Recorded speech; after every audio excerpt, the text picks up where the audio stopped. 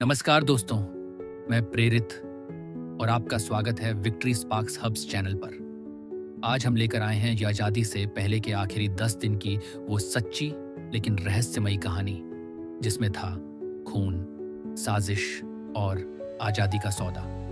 दिल्ली की हवा भारी थी। वायसराय हाउस के मोटे पर्दों के पीछे गोल मेज पर बैठा था लॉर्ड माउंटबेटन। उसके सामने नेहरू, पटेल और जिन्ना।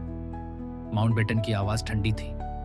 हम जा रहे हैं, लेकिन हम ये तय करके जा रहे हैं कि तुम लोग कभी पूरी तरह आजाद ना हो सको। उस दिन एक नक्शा मेज पर फैलाया गया, एक ऐसा नक्शा जो भारत को 2 टुकड़ों में तोड़ने वाला था। किसी को अंदाजा नहीं था कि इस कमरे में बैठी 4 जोड़ी आंखें करोड़ों लोगों की किस्मत लिख रही थीं। लंदन से आया था सर साइरिल रेडक्लिफ, वो अंग्रेज जिसने पहले कभी भारत की मिट्टी पर कदम तक नहीं रखा था। उसे सिर्फ 5 दिन में भारत पाकिस्तान की सीमा खींचने का आदेश मिला।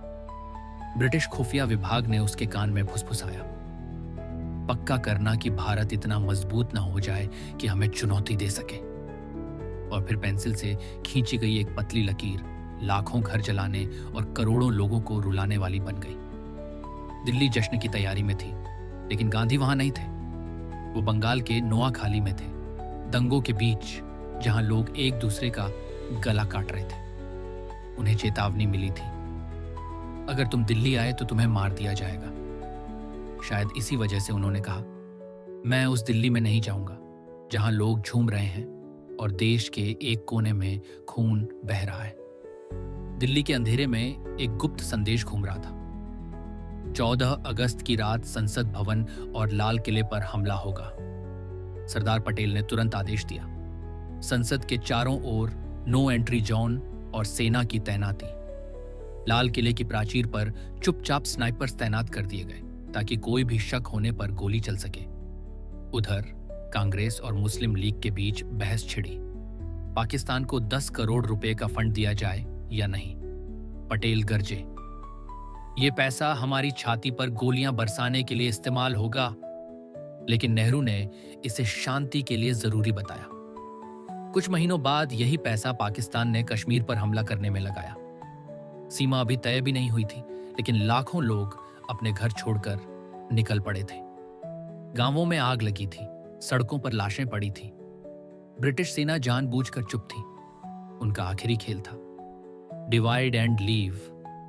आजादी की खुशबू में बारूद और जलते मांस की गंध घुल चुकी थी। लाहौर से दिल्ली आने वाली एक ट्रेन में हजारों शरणार्थी थे।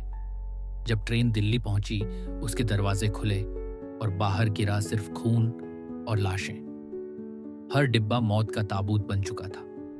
नेताओं को खबर मिली, लेकिन अखबारों में छापने से मना कर दिया गया ताकि 15 अगस्त का जश्न दंगों में न बदल जाए। लाल किले पर तिरंगा फहराने से पहले झंडे की रस्सी और प्राचीर की रात भर जांच हुई। खुफिया रिपोर्ट थी, कोई झंडा जलाने की कोशिश करेगा। तिरंगे को लोहे के केस में बंद किया गया और इसकी चाबी सिर्फ नेहरू, पटेल और मेजर दलीप सिंह के पास थी।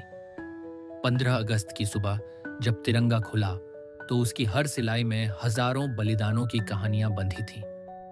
ब्रिटिश सेना ने जाने से पहले पाकिस्तान को सैन्य नक्शे और हथियारों की सूची बांटी, उनका विदाई उपहार, ताकि भारत और पाकिस्तान हमेशा युद्ध में उलझे रहे। यह जहर कुछ ही महीनों बाद कश्मीर पर हमले के रूप में असर दिखाने वाला था। 14 अगस्त की रात दिल्ली रोशनी में डूबी थी। संसद भवन में गूंज रहा था, at the stroke of the midnight hour. लेकिन पंजाब और बंगाल में उसी समय औरतों की चीखें, बच्चों के रोने की आवाजें और तलवारों की टकराहट गूंज रही थी। आजादी की आधी रात देश का आधा हिस्सा लहूलुहान था। 15 अगस्त की सुबह लाल किले की प्राचीर पर नेहरू ने तिरंगा फहराया। 21 तोपों की सलामी हुई, लेकिन सीमा पर तोपें खून उगल रही थी। गांधी उपवास पर थे। उन्होंने कहा, यह आजादी अधूरी है क्योंकि इसे हमने एक टुकड़े में नहीं 2 टुकड़ों में खरीदा है। भारत आजाद हुआ, लेकिन उस आजादी की पहली सांस बारूद और साजिश की धुंध में खुली थी।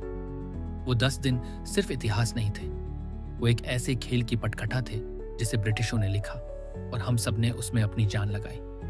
और जब रात 12 बजे घड़ी ने आज़ादी का समय बताया, उसके साए में हजारों अनकहे किस्से, गुप्त समझौते और खून के धब्बे थे जो आज भी मिटे नहीं।